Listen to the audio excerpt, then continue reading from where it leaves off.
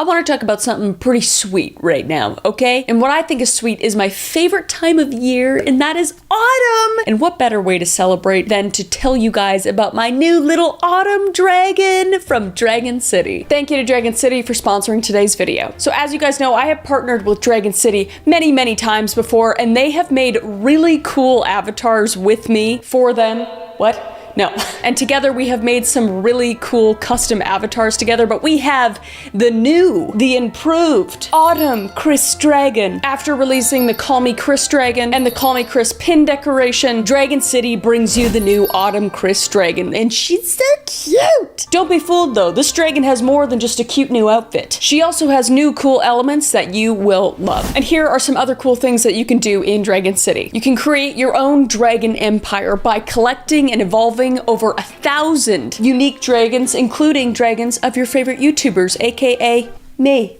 You can construct and customize your dream city with magical habitats, buildings, and decorations. You can engage in epic PvP battles with other dragon masters to prove your dragon's strength and dominate the leading board. You can unleash your powerful dragon skills and strategies to conquer challenging quests and events. So join a vibrant community of players and collaborate in alliances to unlock exclusive rewards. And Dragon City has over 450 million installs. That's a lot of installs, and that means a lot of people are playing it, which makes it even more fun. So embark on an adventure filled with enchanting quests, ancient legends, and mythical creatures, and download Dragon City today. And you can do that by clicking the link down in the description below, or scan the QR code to get the Kallmekris pin instantly, and play with my dragons! And this is a limited time offer. So without further ado, let's get back to the video. So first, let's do what we always do and go back a little bit and talk about the family, specifically, obviously, the Menendez family. Because to understand the full scope of this case, one must go back and look at the family's background. Jose Menendez, first born in Cuba, was a self-made success story. He immigrated to the US after the Cuban Revolution, determined to build a life through hard work. And his determination led him from washing dishes to a high-profile career as an entertainment executive. But first, Jose would attend Southern Illinois University, where he would meet his future wife, Mary Louise Anderson, otherwise known as Kitty. And his wife, Kitty Menendez, was a former beauty pageant contestant. And they would be married in 1963, and that is when they would move to New York, where Jose would earn his accounting degree from Queens College. And the couple's first son, Joseph Lyle, who goes by his middle name, Lyle, was born January 10th, 1968, in New York. Kitty would quit her teaching job after Lyle was born, and the family would move to New Jersey, where Eric would be born November 27th, 1970, in Gloucester Township. And the family would live in Hopewell Township, where both brothers would attend Princeton Day School. So the couple's image really reflected like the American dream, especially at the time, with successful careers, wealth, and two talented sons that they had. Jose would later become an executive at Hertz Global Holdings, and later at RCA Records. And in 1986, the family would move to Beverly Hills, California, when he was appointed CEO of Artisan Entertainment, then known as Live Entertainment. And their Beverly Hills mansion had been previously owned by celebrities like Michael Jackson and Elton John,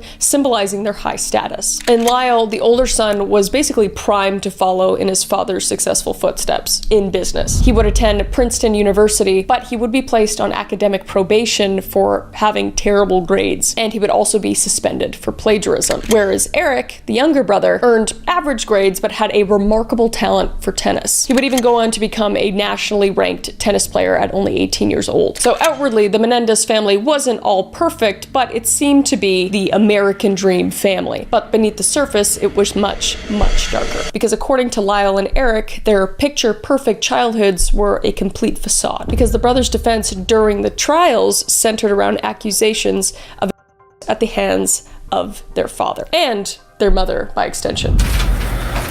I was about 11.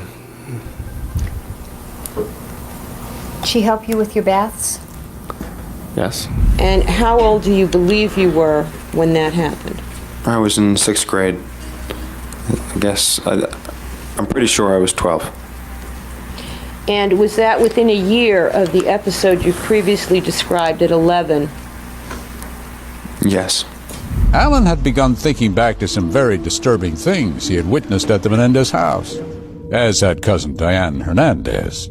He would take their heads and push them underwater until they started panicking and needed up. He would let them up again. Because their father, Jose, was apparently a very domineering figure, not only pressuring the boys to succeed at academics and athletics, but also allegedly them physically and mentally. And Kitty, meanwhile, was described as a very passive and distant mother, who, according to the defense, was aware of the and didn't help to stop it. And testimonies in the trial would reveal that she struggled with alcoholism and also struggled with mental health issues, rendering her a very ineffective protector of her kids. The prosecution, however, painted a very different picture, which we will get into further along, so stay with me. So let's get into the days leading up to the murder. So like I said, leading up to the murder, Lyle and Eric would start planning their crime meticulously. To prepare, they would purchase their weapons that they would use later on their parents. So on August 18th, 1989, 2 days before the murders, the brothers would go to a Big Five sporting goods store in San Diego, and they would buy two 12-gauge shotguns, which is still just crazy to me that you could just buy that the same day.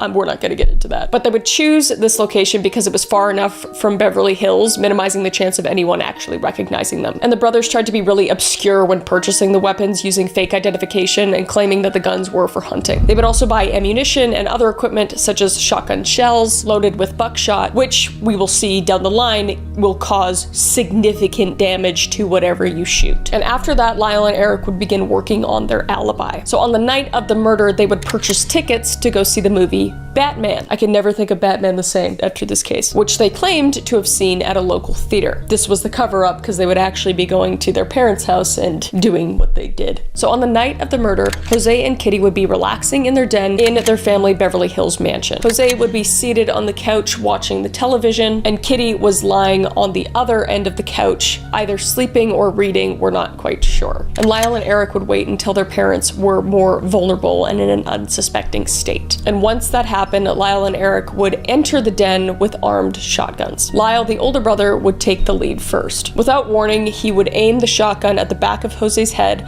and pull the trigger, firing at point-blank range. And this is with a shotgun, so the force of the blast killed Jose instantly, obviously, and he would slump over the couch after the fact, and blood would be splattered everywhere around the room. The crime scene photos I do not recommend looking at, and I will not show them here. And Kitty, obviously being awakened by the gunshot, would be next. She would attempt to escape, but disoriented and in a state of panic, she managed to get up from the couch, but before she could run out of the room, Eric chased after her, firing multiple rounds as she tried to flee. She would be hit in the leg and she would collapse near the entrance of the den, but Eric would just continue to shoot, aiming at her head and her body, ensuring that she was fatally wounded. Kitty would be shot a total of 9 to 10 times. I've kind of seen they were collectively shot 14 to 15 times. I feel like it's maybe hard to determine how many times because a shotgun blast is so widespread. But according to forensic analysis, the bullets left her face completely unrecognizable, and she would suffer massive injuries across her torso as well. And the nature of the injuries were so severe that investigators initially thought that this had to be part of a mob-style execution, which ended up working in Lyle and Eric's favor. But after Kitty collapsed from being shot the first initial times, Eric and Lyle would circle back to Jose and Kitty and make sure that they were killed. So the entire attack really only took a few minutes, but Kitty and Jose's body were left in an extremely gruesome state. And by the end of the massacre, about 14 to 15 rounds were fired, 6 into Jose and about 10 into Kitty. And to cover their tracks after the murder, the brothers would drive to Mulholland Drive to dispose of the shotguns by dumping them into the canyon. And after they would return home back to their house in the Beverly Hills, where they would place a frantic call to 911, and Lyle would be just sobbing on the phone, claiming that they had found their parents shot to death in their house after returning from the movie. And their alibi at first really held up, and the police really didn't suspect them at all. They didn't even actually swab them for shotgun residue, which helped them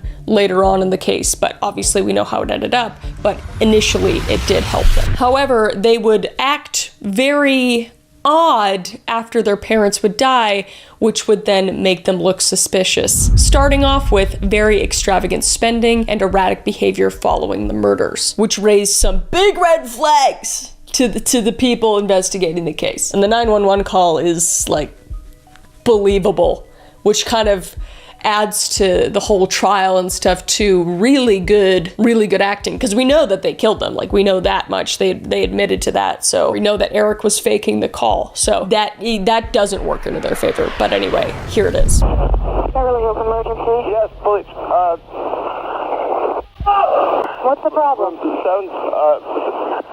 What's the problem? What's the problem?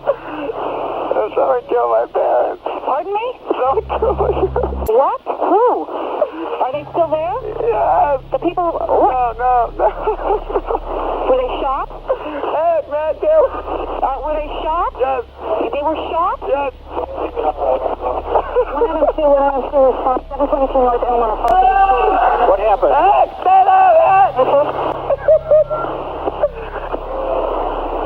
have a hysterical person on. We're trying to get things further. Other units responding. Is the person still there? What happened? We have units around. What happened? Who shot who? I don't hear anything. I came home. You came home and found who shot? Mom and Dad. You know if they're still in the house, the people that did the shooting. Get away from him. Okay. Hey, let me talk to Eric. Who is the person that was shot? My mom and my dad. Your mom and dad? My mom and my dad. Okay, hold on a second. Okay, we're on our way over there with an ambulance. Okay, I gotta go.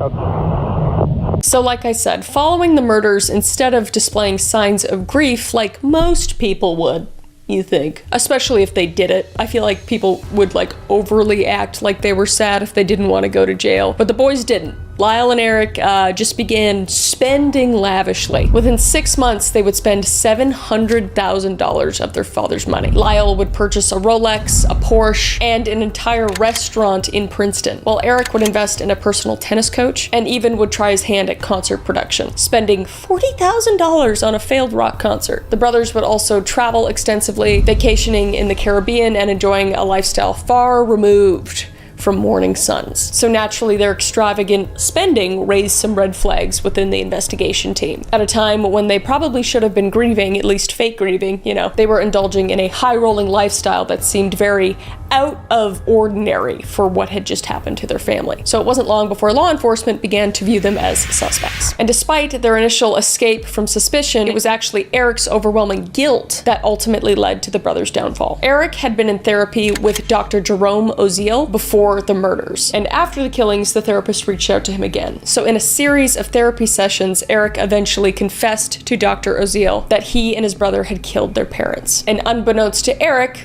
Oziel had actually taped the therapy session. And Oziel's involvement would later become pivotal.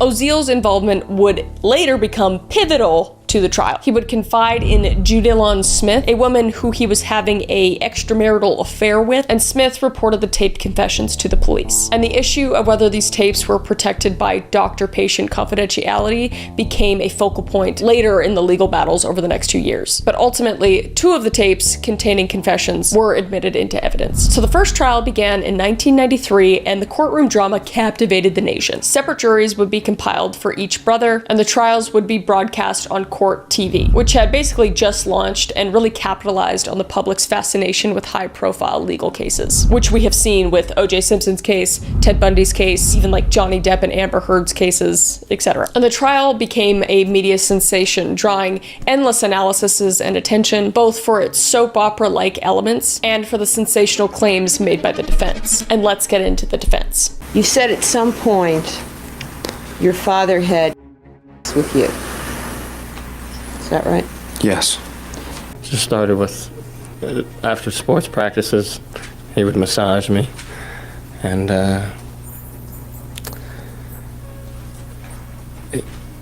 we would have these talks, and he would show me, and he would fondle me, and he would ask me to do the same with him, and I would touch him, and we would undress. So what was so pivotal in the case for the defense on their side was that Eric and Lyle had been driven to murder because of years of and emotional from their parents. Lyle's and Eric's testimony would provide very graphic accounts of their father's alleged and misconduct. Lyle's testimony would provide very graphic accounts of their father's misconduct.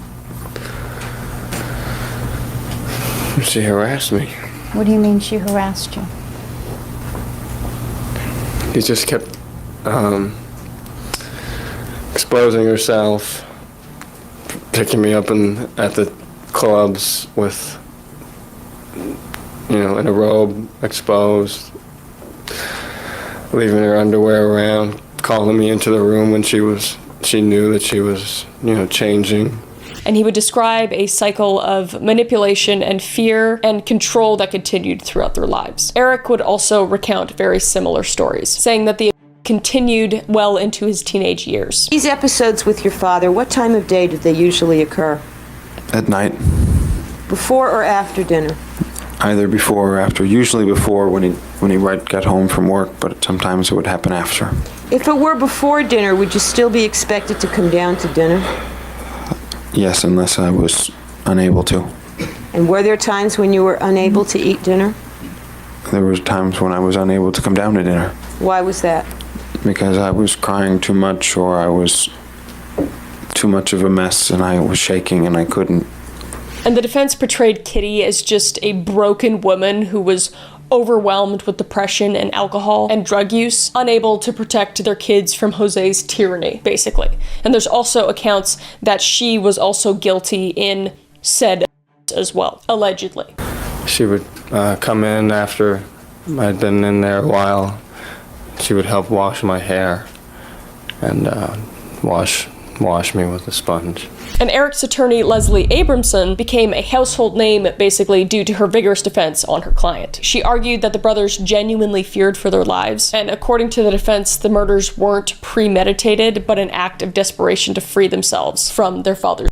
However, the prosecution would present a very different narrative, arguing that the Menendez brothers were motivated by greed and greed alone. Prosecutors would point to the brothers' reckless spending after the murders as evidence of their true intent. They argued that the brothers killed their parents just to gain control of the family inheritance, essentially, which at the time, their life insurance policy was worth about $14 million, which in today's money is $35.5 million roughly. So a lot of money. And this would add weight to the argument, although legal technicalities did prevent the brothers from collecting on it. So the first trials of Lyle and Eric Menendez actually had a hung jury, with the jurors divided on whether the brothers actually committed the murders or were acting in self-defense. The trial would last 6 months and was an absolute cultural phenomenon, reflecting the nation's deep divisions on family, wealth, and justice. Some viewers would sympathize with the brothers, believing that their claims and saw the murders as just a tragic consequence of their tortured childhood. And others would view them as just spoiled, wealthy young men that took advantage of their parents and committed a monstrous crime. So immediately after the trial, a retrial was announced. And the second trial would be held in 1995. And because of the media circus that happened with the first trial,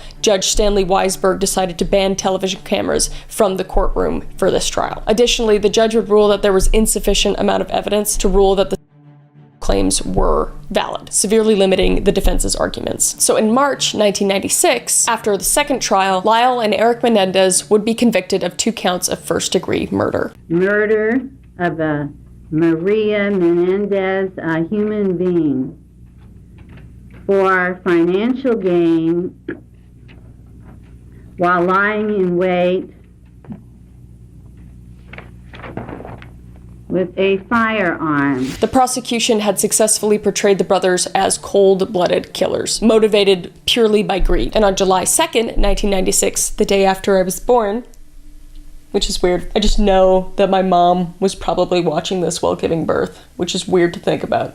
I think she was, actually. I gotta check in on that. But this makes a lot of sense for me doing this kind of stuff now that I think about it. Sorry, I'm having like a moment right now. Anyway, on July 2nd, 1996, both brothers would be sentenced to life in prison without the possibility of parole. And the public, who had been absolutely encapsulated by this case for 7 years, had seen all this drama finally come to an end, and people were still divided. And Lyle and Eric would initially be sent to separate prisons for their sentencing, but in 2018, they were actually reunited and allowed to serve their time together in San Diego. And over the years, the brothers have actually become mentors to the other inmates, particularly those who have suffered Eric leads self-help groups, while Lyle continues to advocate for his and his brother's innocence, insisting that the abuse that they suffered justified their actions. And the Menendez brothers case continues to fascinate the public, as we've seen, with documentaries, TV shows, and books revisiting the tragic story. Because the case opened a larger conversation about the nature of family and its potential long-term effects. But it also underscored the ways in which wealth and media can influence the public perception of crime, which we've talked about and which we've seen. So like I said, numerous documentaries have chronicled this case, exploring the different aspects of the trial and the crime. One of the earliest documentaries was the 2000 episode of Menendez Brothers, Blood Brothers from court TV series, Mug Shots. And this was followed by American Scandals in 2015 with Barbara Walters, which featured an episode titled Menendez Brothers, The Bad Sons.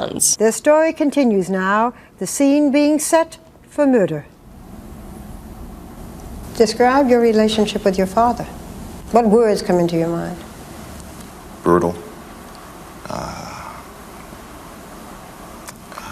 Painful. And other documentary specials like Truth and Lies, The Menendez Brothers 2017 have aired on ABC, shedding light on the psychological and familial dynamics at play in the murders. And in 2021, ABC's 2020 aired a special titled Inside the Menendez Movement, highlighting a growing trend on social media, particularly TikTok, where younger generations express sympathy for the brothers, focusing on the alleged that they suffered. But I do not think that anyone in their right state of mind would do what they did to their parents. Looking at the case of the Menendez brothers is literally so heartbreaking, and I don't know how they're not out of jail. But when I tell you that if I was the people that were in their lives and I was hearing all the stories that was coming out about their parents, I would have turned into a whole different person. I would have been calling the police, CPS. I would have been calling the FBI freaking I. I would have been calling everybody and their mama. So the documentary basically examines how the Menendez brothers have become controversial figures in modern discourse, with many now questioning whether their sentence was justified. And the Menendez case has adapted into several films and television specials. In 1994, CBS aired Menendez, A Killing in Beverly Hills, a made-for-TV movie depicting the murders and subsequent trial. The brothers were also portrayed in 2017 Lifetime film called Menendez Blood Brothers, and that same year, NBC released a Law & Order true crime, The Menendez Murders, an 8-episode series that provided a more sympathetic view to the brothers, focusing on the alleged that Jose put upon them, allegedly. And this one specifically would garner significant praise, earning them actually a Primetime Emmy nomination for Outstanding Lead Actress in a Limited Series, given to Eddie Falco. And even in comedy spaces like Saturday Night Live, there was a parody of the brothers' trial in 1993, and in the 1994 movie Natural Born Killers, they loosely referenced the brothers, and their story even made brief appearances on shows like The Fresh Prince of Bel-Air and The Sopranos, underscoring how the case really permeated the public's consciousness. The Menendez brothers will be free before I am. The Menendez brothers got home on time. Which brings us to today. And recently, only a few days ago, a new Netflix series called Monsters, which is actually the second installment from the first installment, which was about Jeffrey Dahmer, the Jeffrey Dahmer story. Now, Ryan Murphy and Ian Brennan made Monster, the Lyle and Eric Menendez story. And it's basically just a retelling of the infamous crime with its lead up and aftermath that took place on August 20th, 1989. And I watched it and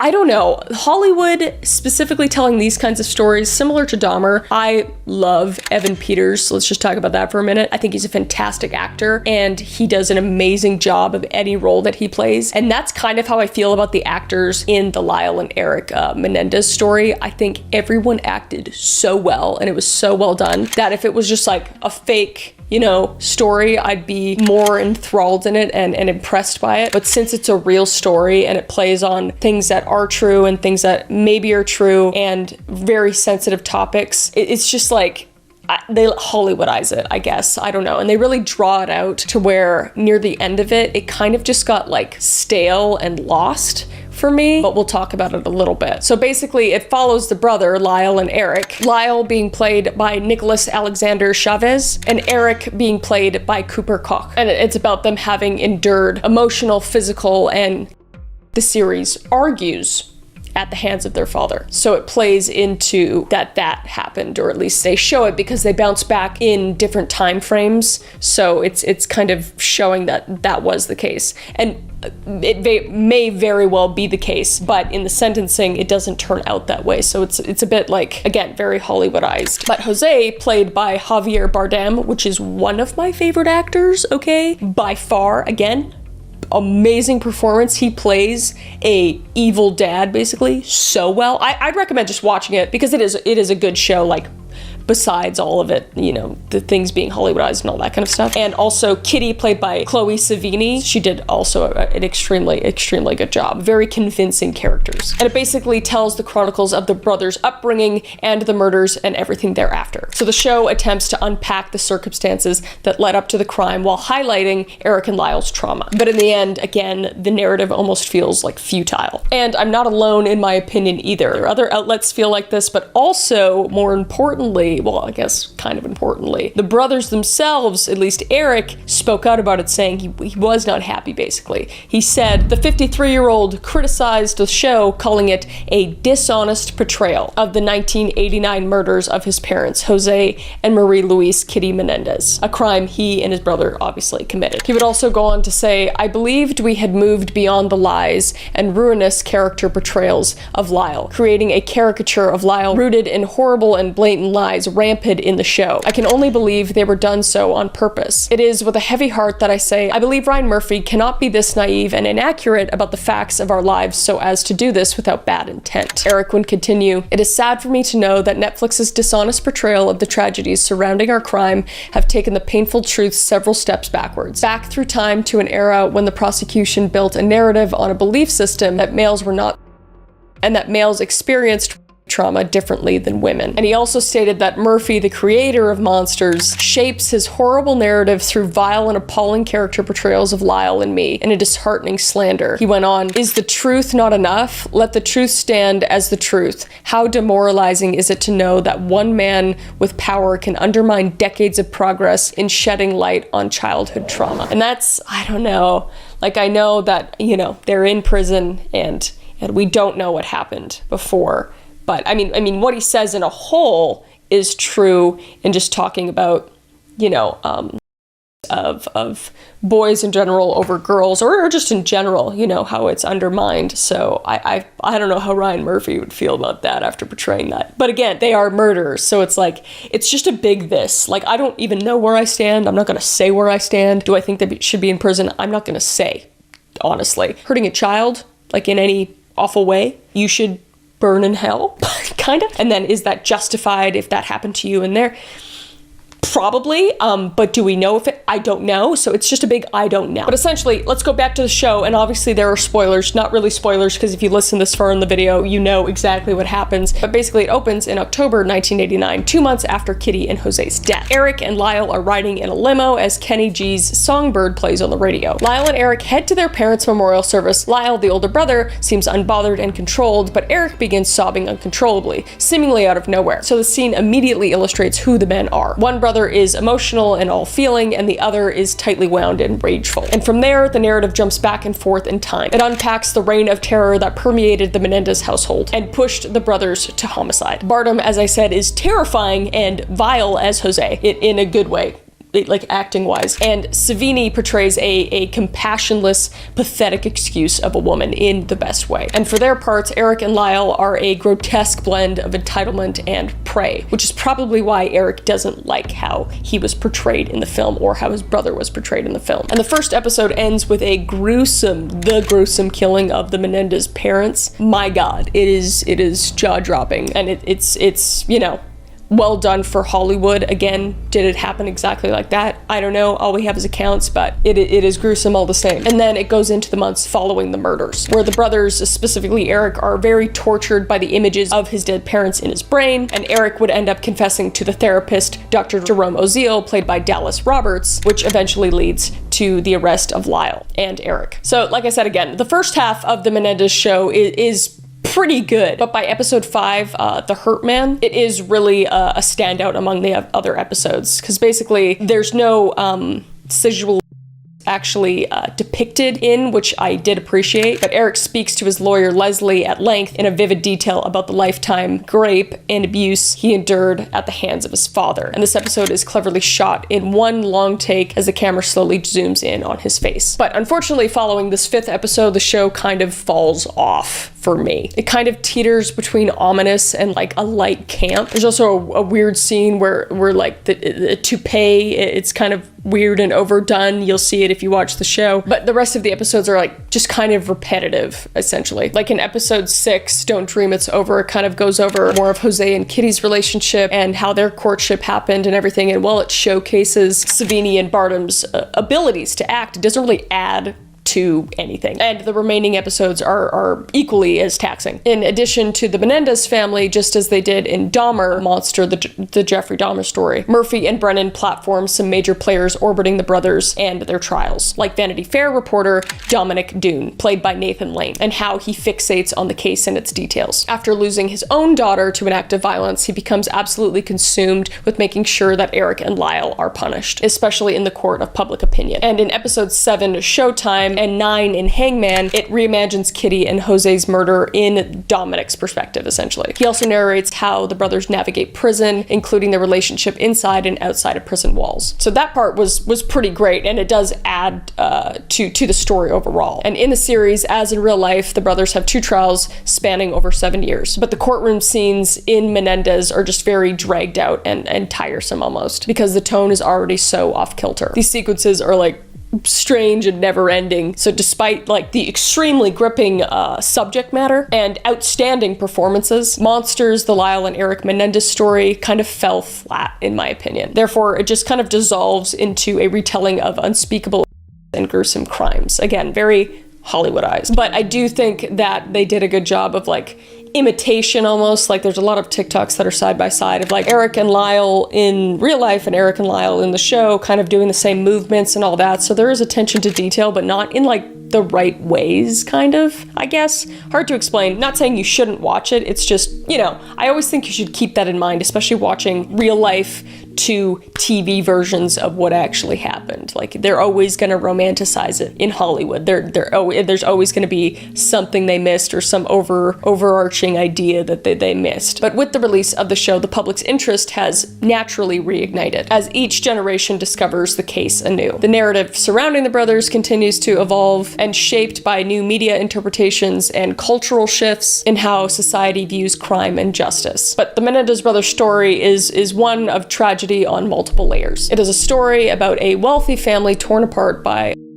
and violence and conflicting narratives about the motive and responsibility, and whether driven by genuine fear or greed, Lyle's and Eric's actions resulted in the brutal deaths of their parents and a trial that captivated the world. And decades later, as we are doing right now, the case continues to resonate in both true crime community and in the broader discussions about interactions of wealth, media, and justice. So it just goes to show, just like read a book, basically. Don't believe everything you see on TV necessarily, you know, everything's dramatized and romanticized and Hollywoodized and all that kind of stuff. But this case is truly interesting, and I still think about it to this day. I mean, it's very infamous, and whether they should be set free or whether it was justified is up to you. Talk about it in the comments below. I would actually really like to hear what you guys thought, and if you watch the show, I would love to hear what you thought. But until then, I'm done. I'm done today. If you like the video, like it. That's cool. That's cool. And also, if you want to subscribe, you can subscribe. This is obviously the best YouTube channel ever. And I got a movie coming out. That's a positive. I got a movie coming out real soon. Screenings, I mean. I've screening dates